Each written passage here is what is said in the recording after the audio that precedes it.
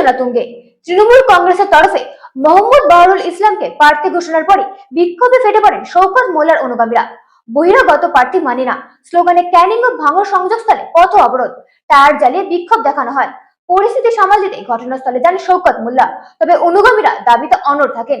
এলাকায় পুলিশ মোতায়েন করা হয়েছে পরিস্থিতির ওপর নজর রাখতে। ক্যানিং পূর্বে বহিরাগত ঝড়, শওকত মোল্লা অনুগামীদের আগুনে উত্তাল রাজপথ। এবার ভাঙড় ক্যানিং সংযোগস্থলে বিক্ষোভ। গতকাল তৃণমূলের প্রার্থী তালিকা ঘোষণার পর বিভিন্ন জায়গা থেকে উঠে এসেছে তৃণমূলের গোষ্ঠীদ্বন্দ্বের ঘটনা।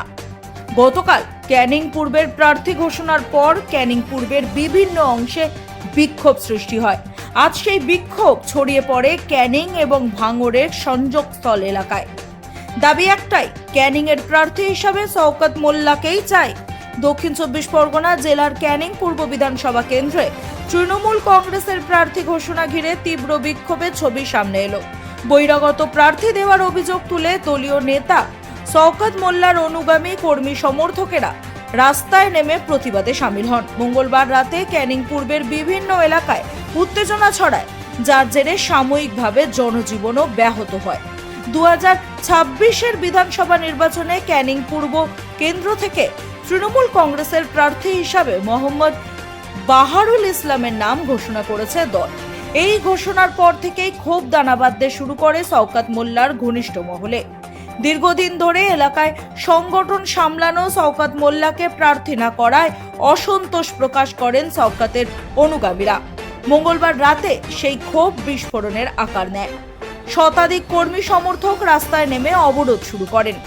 বিভিন্ন জায়গায় টায়ার জ্বালিয়ে পথ অবরোধ করা হয়, ফলে যান চলাচল সম্পূর্ণভাবে থমকে যায়। বিক্ষোভকারীদের দাবি, ক্যানিং পূর্বে বহিরাগত প্রার্থী তারা কোনোভাবেই মেনে নেবেন না।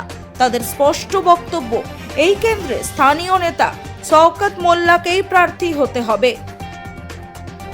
পরিস্থিতি সামাল দিতে ঘটনাস্থলে পৌঁছান শওকত মোল্লা নিজে। তিনি অনুগামীদের শান্ত করার চেষ্টা করেন, দলীয় সিদ্ধান্ত মেনে নেওয়ার বার্তা দেন। তবে বিক্ষোভকারীরা সেই আহ্বানে সাড়া না দিয়ে নিজেদের দাবিতে অনড় থাকেন। তাদের বক্তব্য, দীর্ঘদিন ধরে এলাকার মানুষের পাশে থাকা নেতাকে উপেক্ষা করে অন্য কাউকে প্রার্থী করা হলে সংগঠনের ক্ষতি হবে। ঘটনার জেরে এলাকায় চাঞ্চল্য ছড়িয়ে পড়ে। রাজনৈতিক মহলের একাংশের মতে প্রার্থী নির্বাচন ঘিরে এই ধরনের ক্ষোভ আগামী নির্বাচনে দলের জন্য অস্বস্তির কারণ হতে পারে।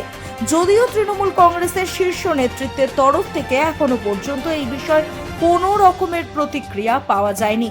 এদিকে পরিস্থিতি নিয়ন্ত্রণে রাখার এলাকায় পুলিশ মোতায়েন করা হয়েছে। সামগ্রিক পরিস্থিতির উপর প্রশাসন নজর রাখছে বলে জানা যাচ্ছে।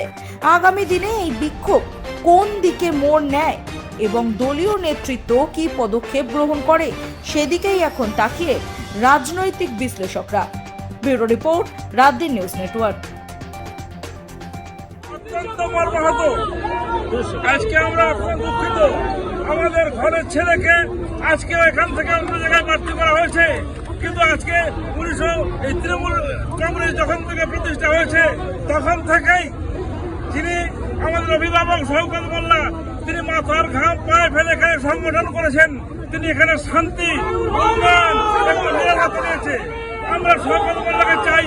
শওকত মোল্লা ছাড়া আমরা অন্য কাউকে চিনি না, অন্য কাউকে আমরা বুঝি না। আমাদের মূল কথা হচ্ছে শওকত মোল্লা এখানে থাক, শওকত ঘরের ছেলে ঘরে থাক, আর বহিরাগত বাইরে যাক। আমাদের এইটা কথা। আমাদের প্রান্তীয় মুখ্যমন্ত্রী মমতা বন্দ্যোপাধ্যায়কে আমরা এই দাবি জানাতে চাই, অভিষেক ব্যানার্জিকে আমরা দাবি জানাতে চাই, শওকত মোল্লাকে আমরা দাবি চাই। বহিরাগতদের এই ক্যানিং বিধানসভায় কোনো ঠাঁই নেই। আমরা কখনো মানছি, মানব না।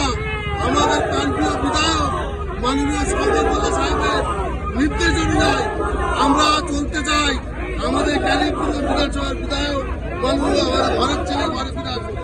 বসিরহাট